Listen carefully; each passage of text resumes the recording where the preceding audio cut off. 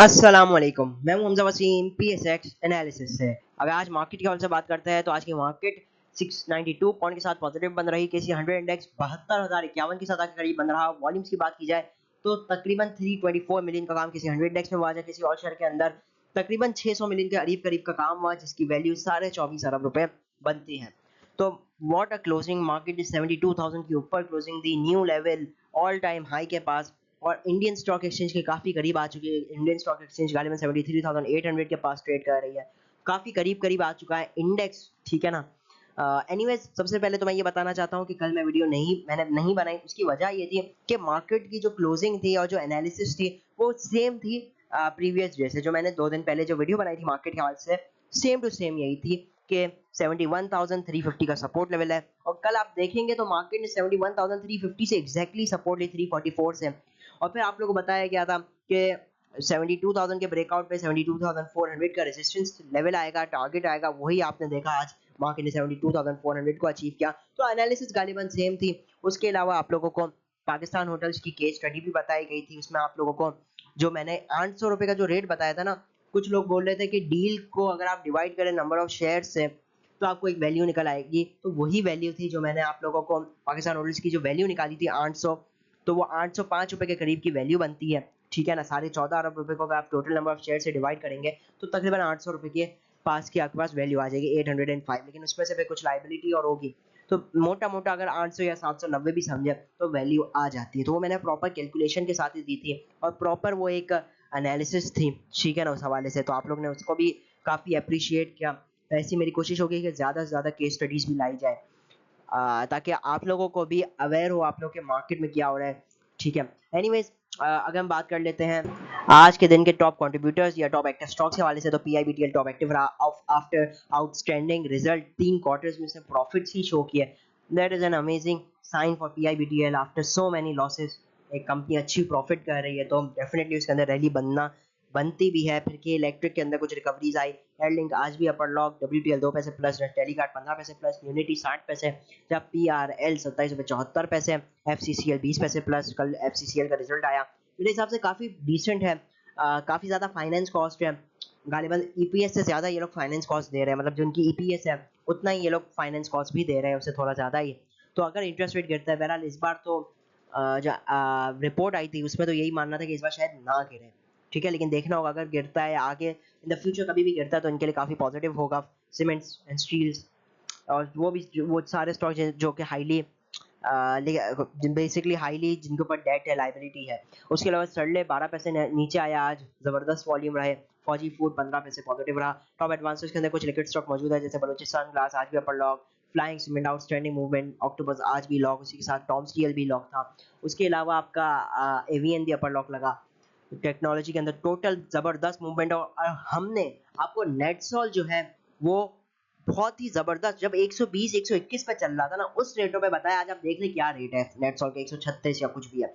तो आप लोगों को परफेक्ट बाय कॉल दी हमने, आपको निशात मिल की कॉल दी, परफेक्टली सब अपने उस पर चल रहे हैं, ठीक है ना। तो जो होती है मेरी कोशिश क्या होती है कि कोई भी आपको स्टॉक बताओ तो खाली स्टॉक या उसके लेवल्स ना दो, मैं आपको उसकी एनालिसिस दूं, आपको उसके बारे में एक एक चीज पता हो। क्योंकि मेरा मानना है कि अगर जब आप ट्रेडिंग कर रहे हैं, स्विंग ट्रेड कर रहे हैं, आप कोई आइटम ले रहे हैं, तो आपके पास उसके बारे में फुल नॉलेज होनी चाहिए, ताकि आपका हर एक मूवमेंट जो है ना, आप जो भी एक कदम करें, जो भी कदम ले, उसके पीछे कोई ना कोई नॉलेज हो, ठीक है ना।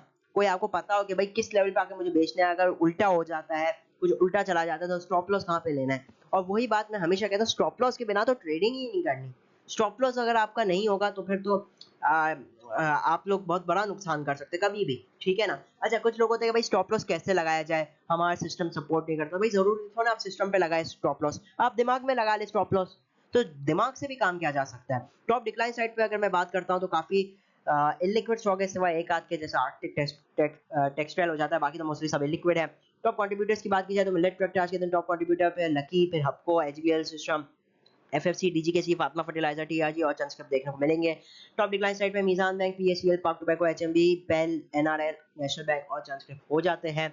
अब चलते हैं टेक्निकल चार्ट पर, देखते हैं टेक्निकली मार्केट के अंदर कैसी मूवमेंट देखने को मिल सकती है। देखिए, इस वक्त मार्केट के हाल से बात की जाए तो मार्केट तो एक ऊपर ही जा रही है, जैसे मैंने आपको पहले भी जिक्र किया था, 70,000 पे भी थी कि मार्केट का जो ट्रेंड है ना वो अप ट्रेंड है, तो लेनी तो हमें बाइंग ही है, करनी तो हमें बाइंग ही है। एट द एंड जो आपकी डायरेक्शन ऑफ ट्रेड होगी ना, वो डायरेक्शन ऑफ ट्रेंड से जो है सेम होनी चाहिए। अगर आपका ट्रेंड अप ट्रेंड है, आपने बाइंग भी अपसाइड के लिए करनी है, आपने बेट भी अपसाइड के लिए करना है। अगर आप उल्टा बेट करेंगे, ठीक है ना, तो आपको डेफिनेटली नुकसान होगा, ठीक है, क्योंकि अगर आप मार्केट से ज्यादा अपना को होशियार समझेंगे तो मार्केट जो है वो आपको उठा के फेंकेगी, ठीक है। हाँ, हो सकता है कभी आप सही हो जाएंगे, ठीक है ना, लेकिन यकीन माने कि यहाँ पे भी कुछ लोग थे, जब मार्केट 50,000 भी ना, उस वक्त भी लोग ओवरबॉट कह रहे थे, जब 52,000 भी तो भी ओवरबॉट कह रहे थे, ठीक है ना। जिन्होंने वहां माल बेचा आज वो पछता रहे, ठीक है ना, क्योंकि फिर वो मार्केट के लिए एक डिप में ही रह गए, ठीक है ना। और मार्केट 64,000 चली गई, फिर जब डिप आई तो उनको लगा नहीं अब तो गिरना शुरू हुआ, अभी तो और नीचे जाएगी, तो वो लोग जो है वो बैठे के बैठे ही रह गए। अगर आप मार्केट के साथ चलेंगे ना, डेफिनेटली कमा लेंगे। स्टॉप लॉस और ट्रेंड, ये दो चीजों को सही से फॉलो कर ले, रिस्क मैनेजमेंट को सही से फॉलो कर ले, फिर कौन आपको रोकता है कमाने से, ये भी देखते हैं हम।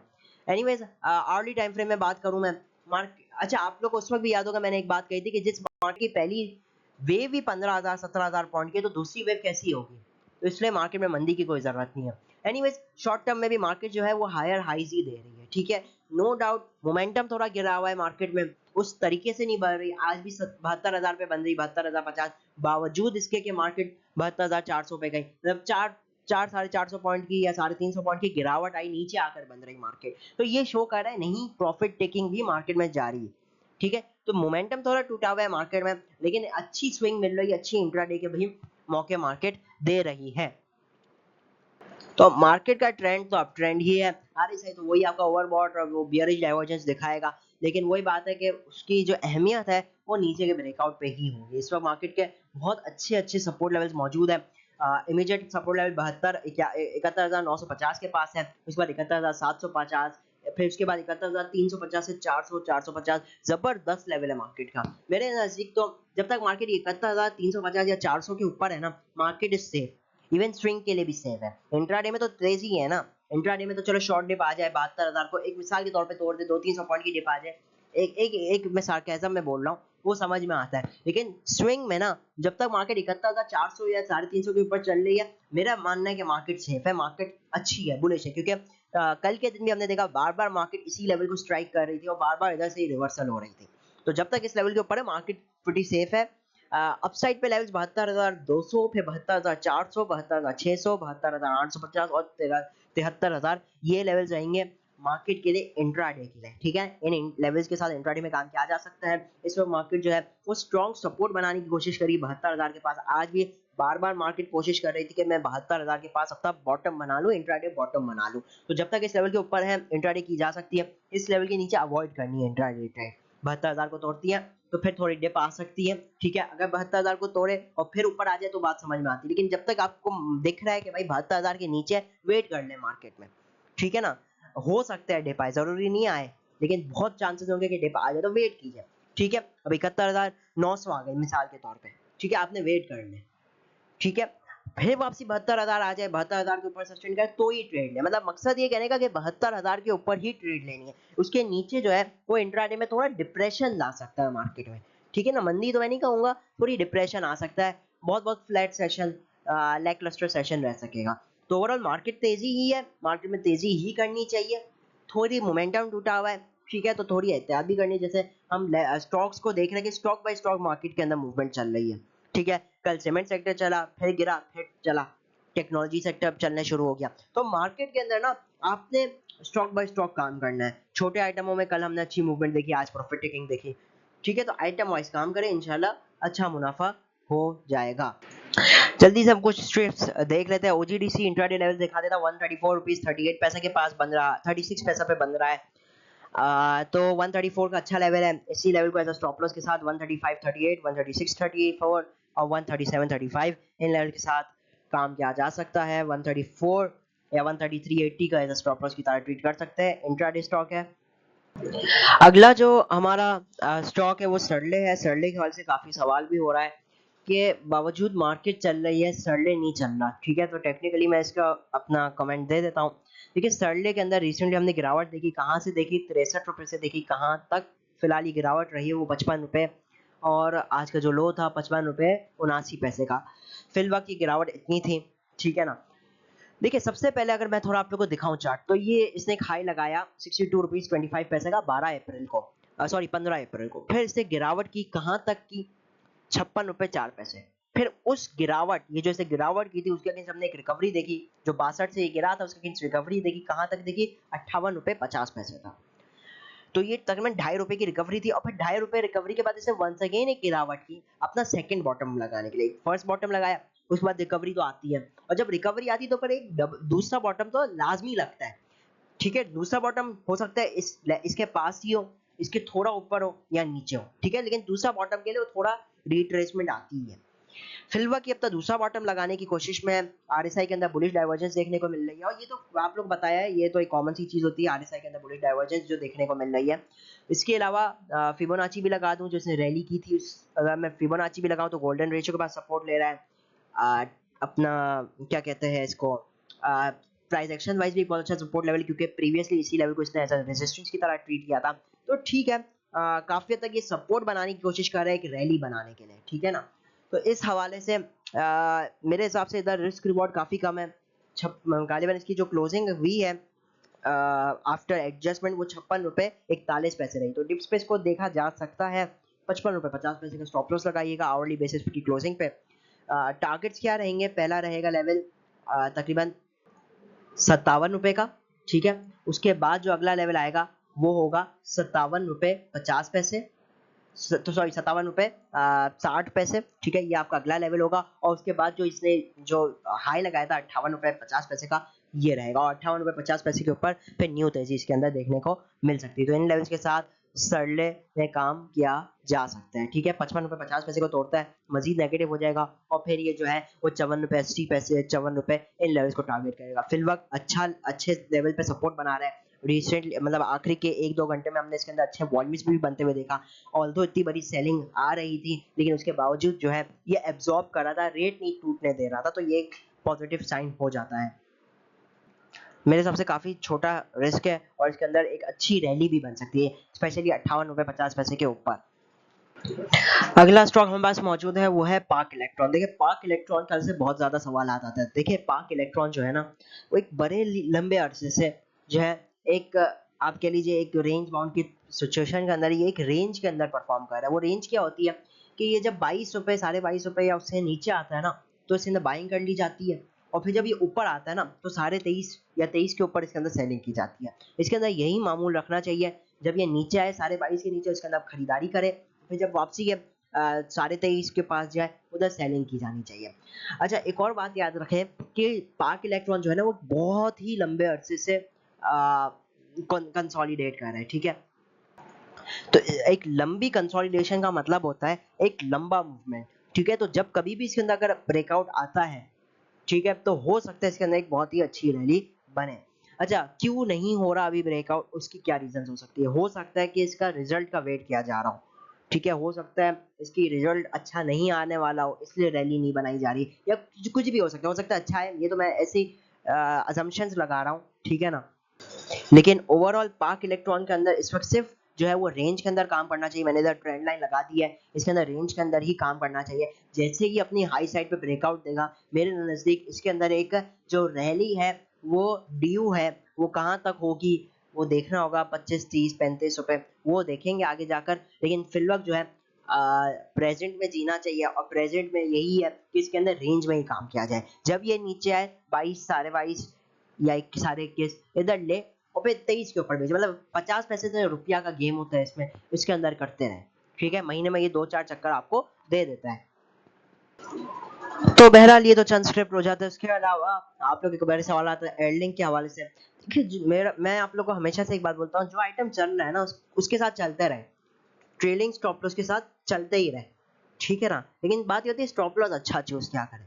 बहरहाल मैंने बहुत बार अपनी वीडियोस में भी ट्रिक सिखाया है कि स्टॉप लॉस का लेवल क्या होना चाहिए, लेकिन जो आइटम चल रहा है उसके साथ चलते रहे, ठीक है ना। मोमेंटम को देखा करें, मोमेंटम कैसा है। बीच में एचटीएल ने जैसे सॉरी एयरलिंक ने जैसे थोड़ी डिप ली थी, फिर उसके बाद वंस अगेन मूवमेंट आई। तो जो स्टॉक अप ट्रेंड में होता है ना, उन स्टॉक्स को स्पेशली डिप में टारगेट करने की कोशिश करें। तो ये चल ही रहा है, फर्टिलाइजर चल ही रहा है, एंग्रो फर्टिलाइजर, फातमा फर्टिलाइजर, आज आपका FFBL वो भी अपने 52 वीक हाई के पास आके खड़ा हो गया।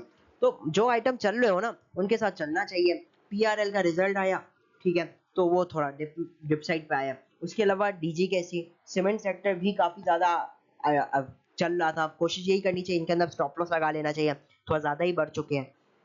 बाकी निशात मिल्स आप लोगों को बताया था, बहुत ही जबरदस्त आइटम है, लॉन्ग टर्म वालों के लिए भी बहुत जबरदस्त आइटम है। City pharma dividend wise long term वालों के लिए फिल वक्त तो कैपिटल गेन इतना नहीं दिखा रहा, लेकिन अच्छा आइटम है।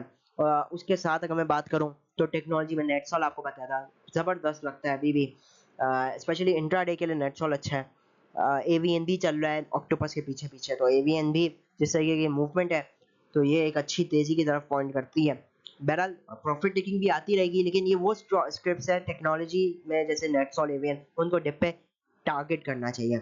उसके अलावा अगर मैं बात कर लेता हूँ तो ऑटो सेक्टर आजकल थोड़ा जो है ना वो साइडवेज की तरफ मूव हो गया है, सासगार गैल वेल, तो इनके अंदर नजर रखनी चाहिए, ठीक है, क्योंकि साइड लाइन हो गए, वॉच लिस्ट में रखें, ब्रेकआउट देते हैं वंस अगेन मोमेंटम बनता है तो एक अच्छी ट्रेड अपॉर्चुनिटी मिल सकती है। बैंकिंग सेक्टर जो है वो आजकल थोड़ा प्रॉफिट टेकिंग की साइड में, स्पेशली अगर मैं बात करूँ तो मीजान बैंक, हमने आपको कितने नीचे रेट्स पे बोला था, आज मीजान बैंक 215 पे है।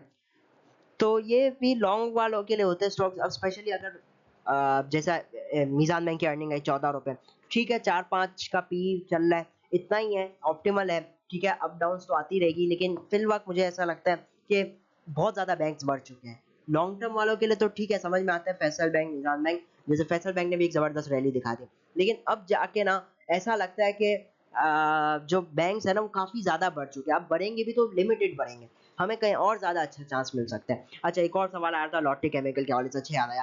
देखिए लॉट्टे केमिकल ने भी डिविडेंड दिया, अच्छा स्टॉक है, लेकिन मकसद ये जिस तरीके से गिरा था ना, 20 27 26 27 से ये गिरा था 18 19 रुपए तक, तो वो जो स्पीड थी ना गिरने की वही इसके अंदर बता रही थी कि कितना नेगेटिव है। फिर साइडवेज फिर वापसी से नीचे की तरफ ब्रेकआउट दिया।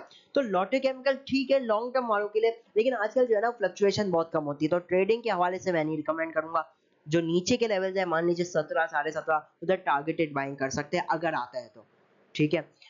उसके अलावा तो मैंने काफी ज्यादा स्क्रिप्ट ही वैसे डिस्कस कर लिया, ठीक है, तो इसी के साथ इजाजत चाहता हूँ। वीडियो अच्छी लगी तो लाइक और चैनल को जरूर सब्सक्राइब कीजिएगा, ठीक है। कुछ लोगों को ऐसा लगता है मैं थोड़ा तेज बोलता हूँ, तो देखिए यूट्यूब के अंदर एक ऑप्शन होता है प्लेबैक स्पीड, तो आप उसको स्लो कर सकते हैं, तो जो है वो आपके लिए वीडियो स्लो हो जाएगी, ठीक है ना। तो मैं तो चाहता हूँ कि ज्यादा ज्यादा चीजें कम टाइम में कवर कर सकूं, तो देखिए इतना तेज तेज बोलने के बावजूद भी 17 18 मिनट की वीडियो बन जाती है। बहरहाल इसी के साथ इजाजत चाहता हूँ, मैं हमजा वसीम, PSX एनालिसिस से।